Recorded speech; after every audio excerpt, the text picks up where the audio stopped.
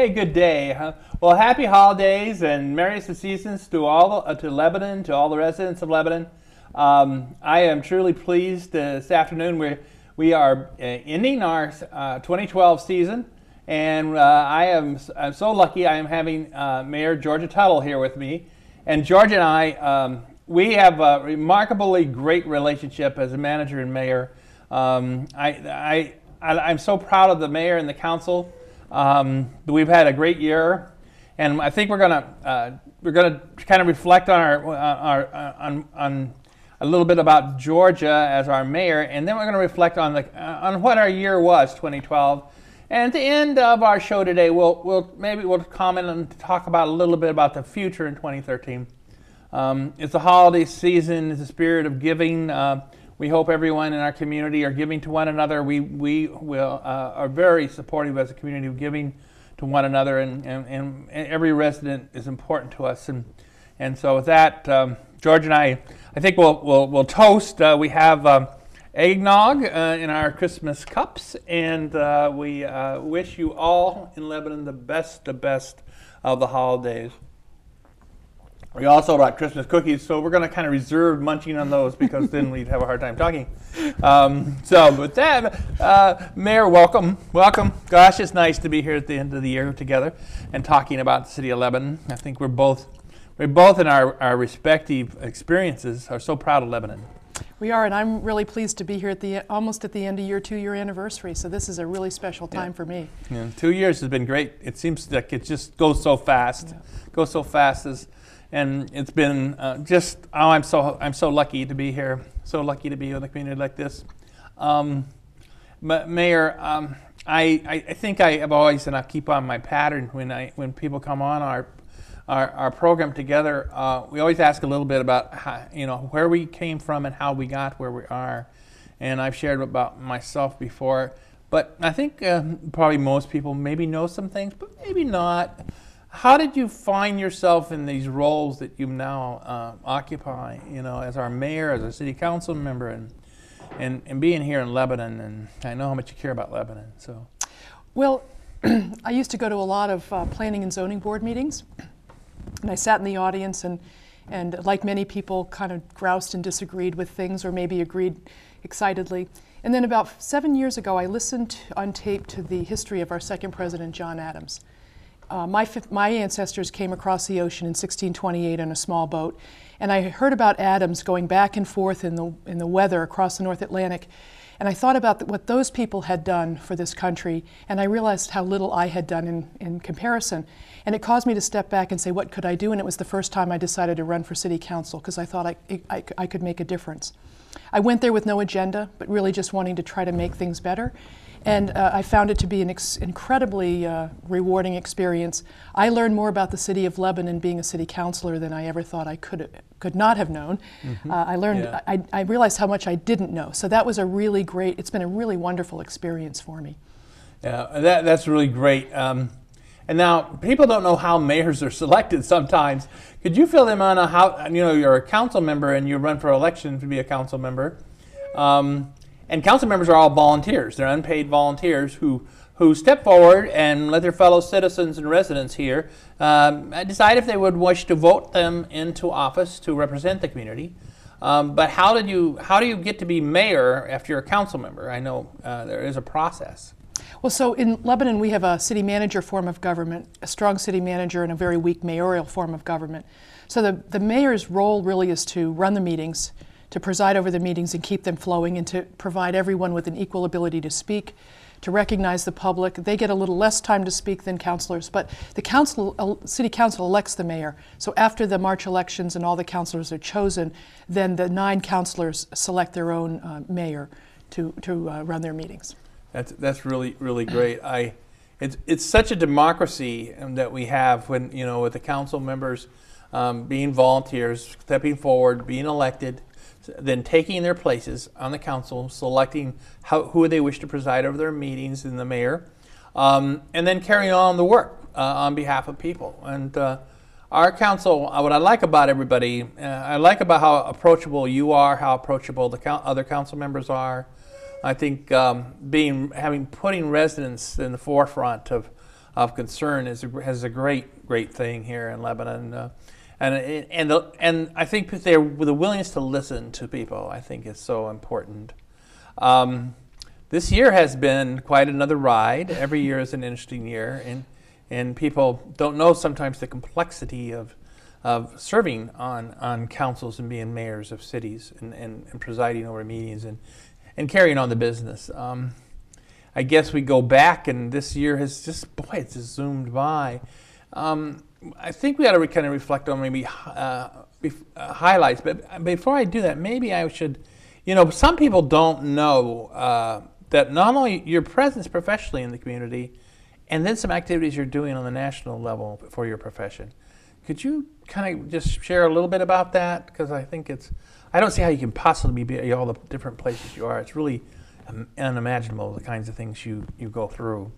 But your professional role is you've been in a changing situation, haven't you been? I have. For 12 years, I was a delegate to the American Medical Association's House of Delegates, which essentially is the Physicians' Congress. We're elected by our peers, and we represent our state at that national level. And then a year and a half ago, I had the privilege of being one of 21 physicians elected from across the nation to serve on the American Medical Association's Board of Trustees. That group represents physicians and patients in Washington and across the country trying to improve healthcare. So we've actually been actively engaged in trying to revamp our healthcare system. And I was on a committee for 8 years prior to my board service that wrote the AMA's policy on health system reform. We wrote 72 white papers, many of them used by the Congress during the last 2 or 3 years to rewrite the healthcare plan. So it's been a very, very exciting and dynamic time. A lot of traveling involved, but also a very, very rewarding experience. Yeah, how interesting, and what an experience, and getting a chance to look at very broadly. I mean, from the broadest level, to represent the medical profession and the patients community, on trying to figure out how to unravel some of the complexity of the healthcare system and how to put it back together in a way that serves all, that benefits all. I know you've been working hard on that over these years, and the AMA has been right at the table on all the major debates. Yeah, we have been, and the president and chair of the Board of Trustees of the AMA have had President Bush and President Obama calling them on their private cell phones, asking questions, trying to understand the complexity. So it's been an unbelievably exciting time to be both a physician and be involved in that work. But the other thing I'll say is that the work I've done with the City Council and the skills that I've learned both at the AMA and in the council role have dovetailed together, because I think solving these complex problems is the same whether it's health system reform or master planning or zoning or water and sewer. You have to listen to people. You have to take very complicated and passionate discussion and try to stay calm and focused on how you're going to move and what your goal is and how you're going to get there and bring the greatest number of people with you. So I think some of the skills I've learned here at the City Council table have actually helped me on the national level as well. It is, because although sometimes in national media a lot of emphasis is made on the federal level and on the state level, but my experience, I got a really nice award this year from the ICMA for 25 years in the role of leading administratively in cities and towns and counties. But the complexity at the local level, because we're right here on the ground, we're where the action is. We are where the infrastructure meets the road. We're here where the people are. We're here where the value of that we believe are important values are truly practiced. The artificiality of sometimes is set aside. Neighbor knows neighbor, friends know friends. You know your business that you're a patron of. You know your local health community. You know your schools. You know your teachers. You know the principals. You know the superintendents. You should know the city manager by now. If you don't, come by and see me. You know the council members, and I think that here we're down here at this level. But the complexity aside, looking back this last year, I look at the CSO projects, the separation of water and sewer, stormwater and sewer, and that we're under a consent order that was entered into after the EPA pursued enforcement actions to try to force us to, from their perspective, to deal with some of their regulatory demands with regard to water and how it's flowing in these systems and how it's overlapping and getting inappropriately into different systems. But trying to figure that out on the local level, how to do that, and then how to pay for that is certainly been challenging, hasn't it? I mean, it's been something that we have discussed a lot, and I know you've thought about a lot over the years, longer than I have, but for far.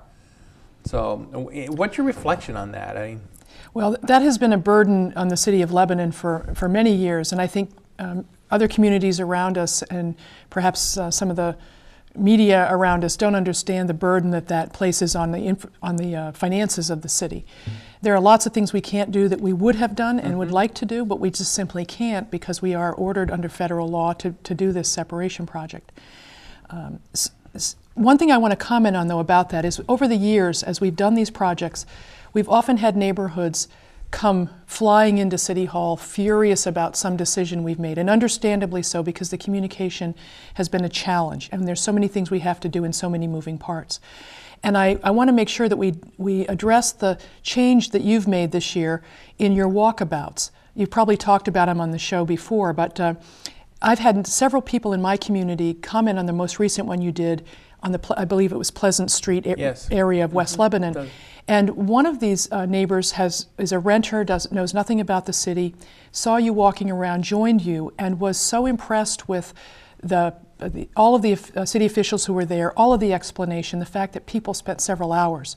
I think you should be very proud of that, and the city employees who came with you and the experts who came with you have really made a difference in the perception of the public about the projects and about the way the city functions.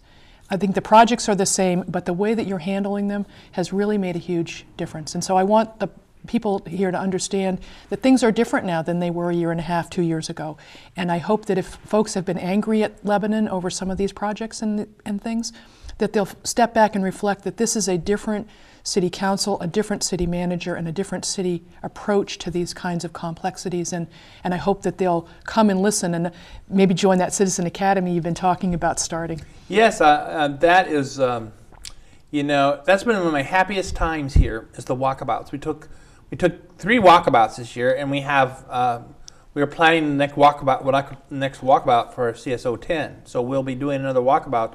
And come the weather warming up, we'll be out walking in CSO 10 area, which is again over in the West Lebanon area toward the just north of the main street there in West Lebanon. The idea conceptually is the obvious. It is that people shouldn't have to write letters to us. They shouldn't have to read in newspapers about us. They should be able to directly talk to us and we talk to them. And we should try to put it in a framework so they have a high comfort level, that they're feeling, that they understand they're being listened to and respected and valued. And, going to someone's street and inviting them to go for a walk, and if you can't walk a long distance, you could meet us on the lawn, and visit with you about what you're seeing with regard to your streets, what you're experiencing. We talk to mothers who are concerned about their children being likely to throw a ball into the street and concerned about speeding or concerned about lack of attentive driving. We had people talk about at their driveway where the water would go down their driveway into their garage. They were talking about people who had water problems in their basements because of past ways of developing in their perspectives. They talked about how they wanted the street to look. They talked about whether they wanted their street to have a sidewalk or not, or if they wanted their street to have curbing or not, or if they wanted a drainage swell. They talked about bicycles and pedestrians in their neighborhoods. They talked about wanting to walk around their neighborhoods themselves on their regular occasion, whether it's walking their dog or whether they're just walking with their friends or walking with their mother They may have a mother who's as elderly but needs to do a little walking. It was so personal, and it was so effective because it was direct, it was focused, and it was certainly a friendly occasion on both sides. And it was showing the flexibility, not the bureaucracy, that we do not want a government that's bureaucratic. We want a government that listens, that's friendly, and that people feel comfortable with in expressing themselves. Mm-hmm. And there were some people on the walkabouts that, they had some disagreements on certain things. They had some concerns. They had some passion.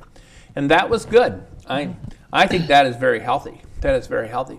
So we like to find other models of communicating and working with among ourselves as a community that would serve similar type purposes, so that we're going to continue the walkabouts. We had follow-up with community meetings at the Kilton Library in that particular area because we chose a place where it was close and proximate to the neighborhood being affected. That's how we'll do it. We'll find neighborhoods, places in the neighborhoods we can do it. Lebanon has you might want to comment on. I have a sense of Lebanon knows its neighborhoods. It knows what neighborhood they're in. They know their neighborhood, and the Lebanon has, because of its history and the people that live here, they clearly understand the neighbors. I lived in the Midwest, and in the Midwest, sometimes people didn't know what neighborhood they're in. I mean, they didn't know about neighborhoods really, but here that's not the case, and you should build on your strengths. And one of the strengths of Lebanon is the neighborhoods. And so as a city, what we do, whether it's walkabouts or community meetings or how we structure our ways of walking or biking or travel or our transit, it should be those neighborhood bases where we have centers in neighborhoods and reflect what's there and build on that strength. The neighborhood thing is kind of fascinating. I don't know when people live here a long time, they recognize it, but you come in fresh-eyed like me, you start immediately saying, well, that's really cool. That's really cool to have people know their neighborhood and identify that way. And I've lived in 2 neighborhoods here in Lebanon. I wouldn't presume to speak about all neighborhoods in Lebanon because I am not a native. I have not lived in every neighborhood, and I know each one has its own character and its own history and its own the personal pieces that if you don't know about it, it probably is best not to comment. Yes, yeah. But having lived in 2 of them, each of them unique in their own way, you're right that it's a very strong component of Lebanon, and I think it'll be a great way for for us to organize some of these kinds of get-togethers and focus sessions in the future. Yeah, I know that there's so many things. So the CSO was a great big thing for us. Like some writer calls them big hairy ideas, and the master plan was adopted. And we now have a zoning amendment selectively developed to address, I think, in a very pragmatic and practical way, but in a real important way to tackle pieces of our desire to have a sustainable community. And I think that achievement by our planning board and by our planning director and planning staff team, and all the citizens who really piled in there and participated in the master plan and now are participating in the zoning amendment discussion is a very positive and uplifting for Lebanon. We got off the dime on that, and that's moving, that's done, and yet it's being implemented. Yeah, and I want to come in again and compliment you on that too, because I joined the council nearly 5 years ago at the time when our last zoning proposal failed, and I had passionately worked trying to get that zoning amendments through as a citizen, and then ran for council as a result of not seeing that go. For those people who have worked on that in the past and are frustrated, I want them to know what a great job our planning department and planning board have done bringing that forward. It's come to fruition, and I hope we will never see again the multiple sessions year after year after year redoing the master plan and having nothing happen. You have taken the work that was done before, crafted a master plan, and helped shepherd it through. And I think I want the people to know what a wonderful job you do. That is one of the greatest impressions I've had of you, is the way you have gotten that master plan up and moving and turned it back into the living document that it was supposed to be. And it was your leadership that did that, along with all those who worked so hard on it. So I'm thrilled. It took a lot of people to get on the bus on that one. Yeah. And they did, and I'm so proud of them, and I'm so thankful to them, and we truly appreciate the frustration of many who have been watching it linger for so long, and now we're so happy that through all that collective effort we ended up with our master plan. And I think it's a very nice document. It's a very strong document, but it's a living document. You hit the nail on the head. It's a living. We're not putting this baby on a shelf. This is a document that is living, breathing, and the city and all aspects will work with this as a continuation all the time. Well, I was impressed with the budget you brought forward this year. You and the staff put together those puzzle pieces, and our sustainability components and our supporting families. You may want to talk more about that and help me there.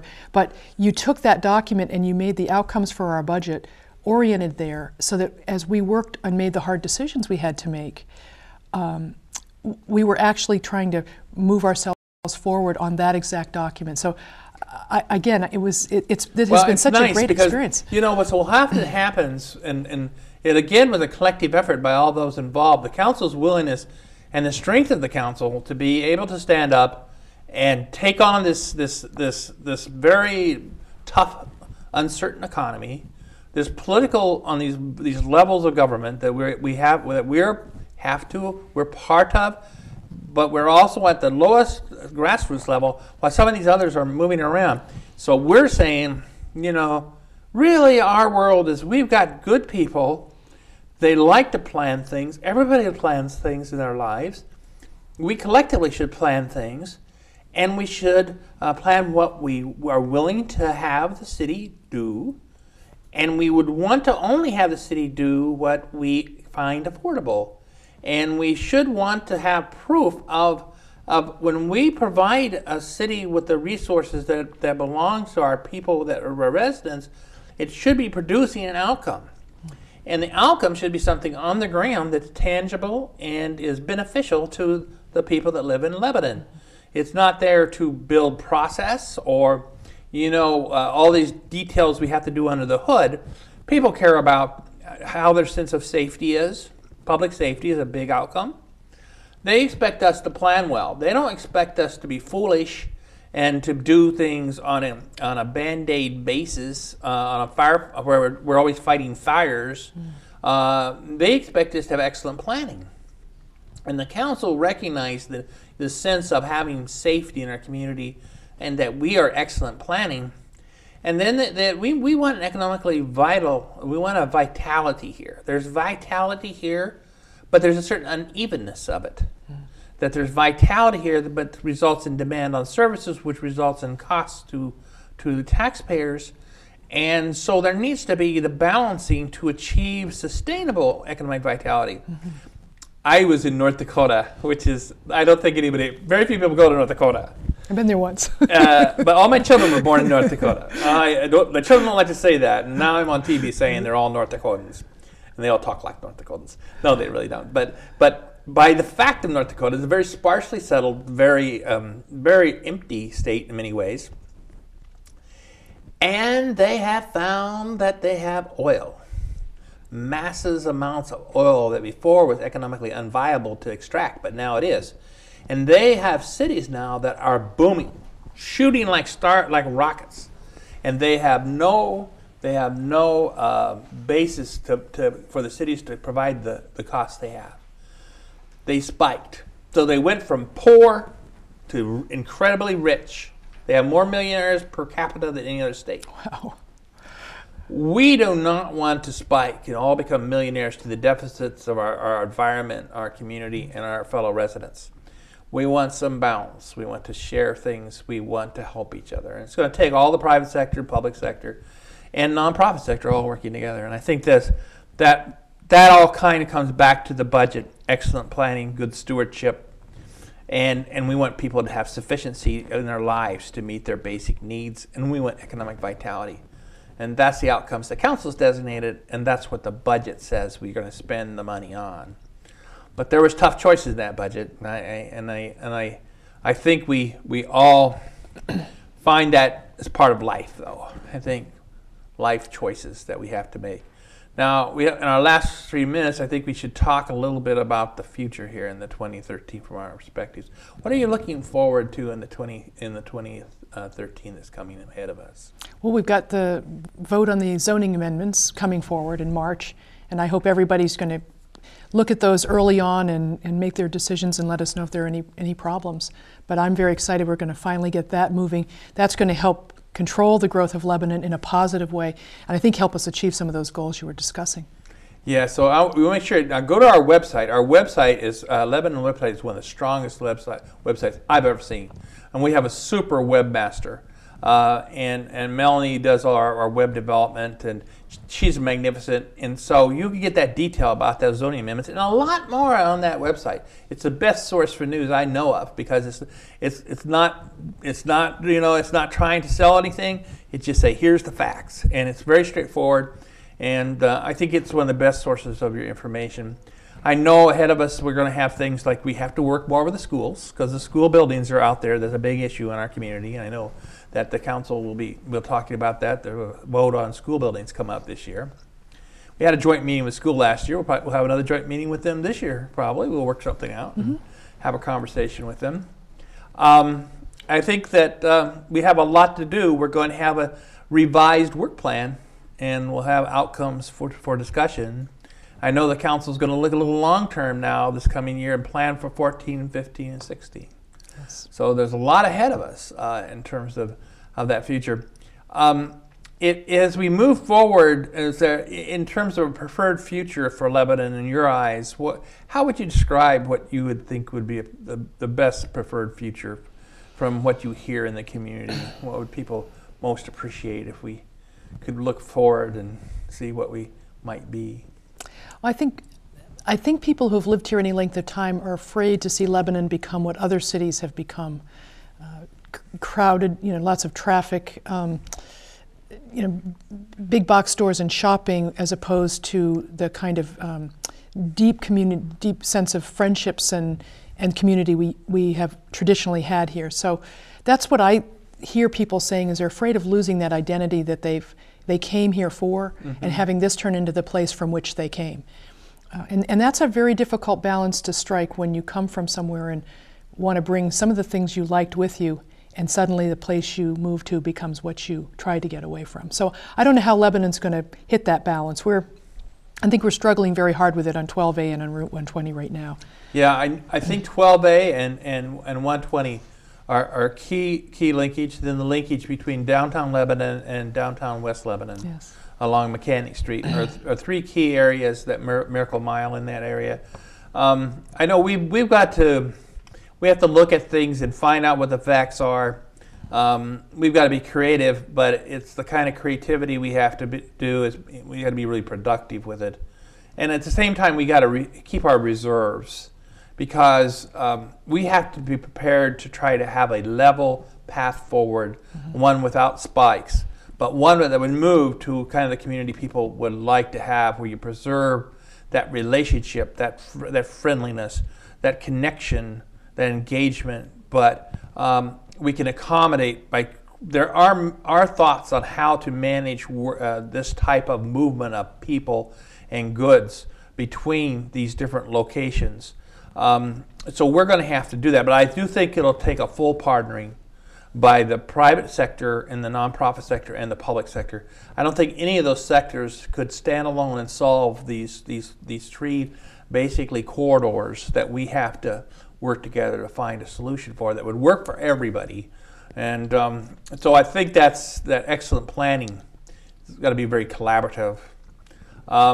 So I think that's really cool. Have you made any plans for Christmas that you're going to be doing around the Christmas season and the holidays season ahead of us? Well, I'm going to spend Christmas Day with my mom, who's 92 and going strong, and then some of my two sisters will come over after the holidays, and we'll celebrate together then. Well, I hope you and your family have a really remarkably great Christmas. And George and I today, as we end the show, we want to extend our wishes again to each of you and each of your families to join what our families will be doing, is just having a Christmas and a holiday season together, and whatever our religious holidays are, to share them with our friends and our family and be close, because let's keep ourselves close. We know how challenging the world is, but we can do it. We'll do it together. Well, and happy holidays to you and your family too, Mr. Manager. Same here, Mayor, and thank you for all your work, and thanks to the City Council, but most of all, thanks to all the residents of Lebanon.